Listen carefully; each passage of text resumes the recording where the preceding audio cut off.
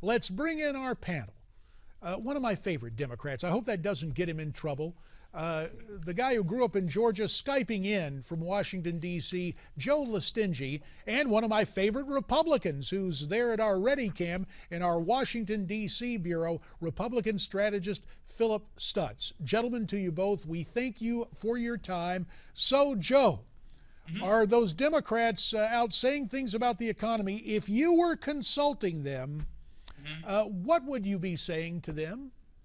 I'd say that they need to be talking to the workers, and that's what they're doing. I mean, the truth is that nothing they said is factually incorrect. I came to work today on a publicly built road. Most of the employees at my firm are public school educated. I went to a public university, all funded by taxpayers. And it's important to remember that. We talk about free market economies, but the truth is that that doesn't really exist. We need to talk about growing an economy and growing a middle class, which is done through strong public education systems, strong public universities, and good minimum wage protected jobs. I mean, wait, Joe, when you decided to go into business, you were free to do that. Nobody came to you and said, so that is an impulse of freedom, is it not? Absolutely. Okay, because when you're saying there's, well, I'm not here to debate you. I'll let Phillip do that. Phillip, you heard what Joe had to say. Your take on that? Yeah, I mean, listen, I'm an entrepreneur. I've got a couple different businesses, and while it's nice that they've paved my roads and it's nice that the government funds our military, I really don't need them in my way. Listen, I just had to move my business to Florida because the city of Washington, D.C. taxes me at 9.75%. So, you know, I can do a little better with a little less government in my life. But you know what? That's what we're seeing at the polls today, too, J.D. Voters are seeing this. They're rejecting this president. More than any other issue, it's rejecting this president and his policies, and that's what we're going to see today. Well, let's talk more about it. And Joe, I know you make much of your Georgia roots.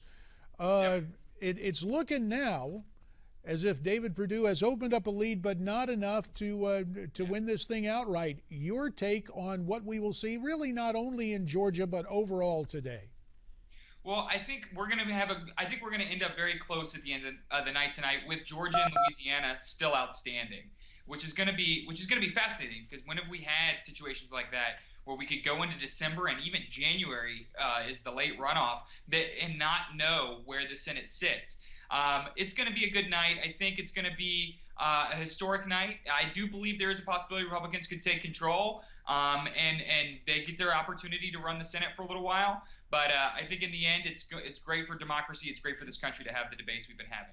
Well, that's almost political philosophy there, Joe, and I appreciate your magnanimity. Phillip, when you hear that out of Joe, is that confirmation this is going to be a big Republican night, at least in terms of control of the Senate?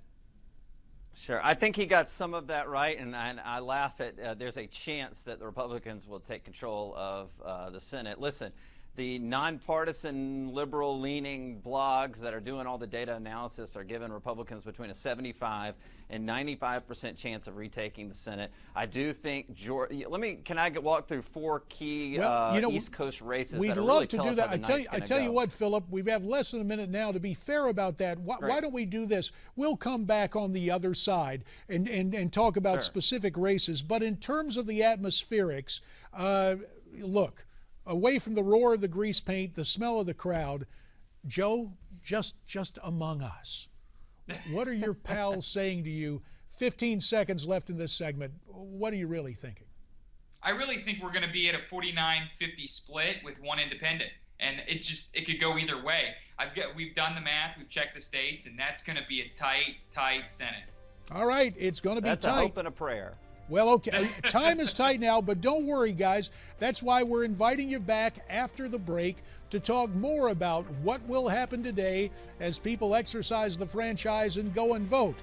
Go vote, but after you watch the rest of America's Forum, coming up next.